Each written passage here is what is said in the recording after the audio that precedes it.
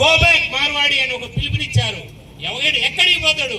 ఈ దేశంలో ఉన్నటువంటి కాశ్మీర్ నుంచి కన్యాకుమారి వరకు ఉండేటువంటి మొత్తం కూడా మనం హిందూ సోదరులము, అన్నాదమ్ములము.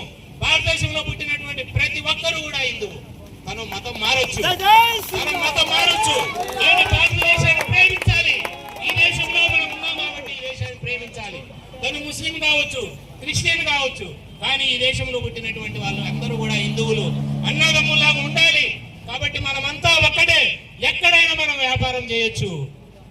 రాణా ప్రతాపే కాదు, శివాజీ కూడా రాణా ప్రతాప్ను వారసంగా వారిని ఆదర్శంగా తీసుకున్నటువంటి దేశాలు ఎన్నో ఉన్నాయి.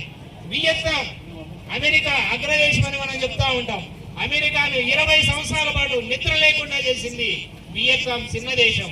ఆ ప్రధాని అడిగారు, ఏంటి దేశం అంత అగ్రదేశాన్ని ఎలా ఎదుర్కోగలిగారంటే, మాకు భారతదేశంలో పుట్టినటువంటి రాణా ప్రతాప్ చేసినటువంటి ఏరిళ్ళ యుద్ధం మాకు ఆదర్శం, రాణా ప్రతాప్ మాకు ఆదర్శం, అందుకు మేము ఎదుర్కొన్నామని చెప్పారు.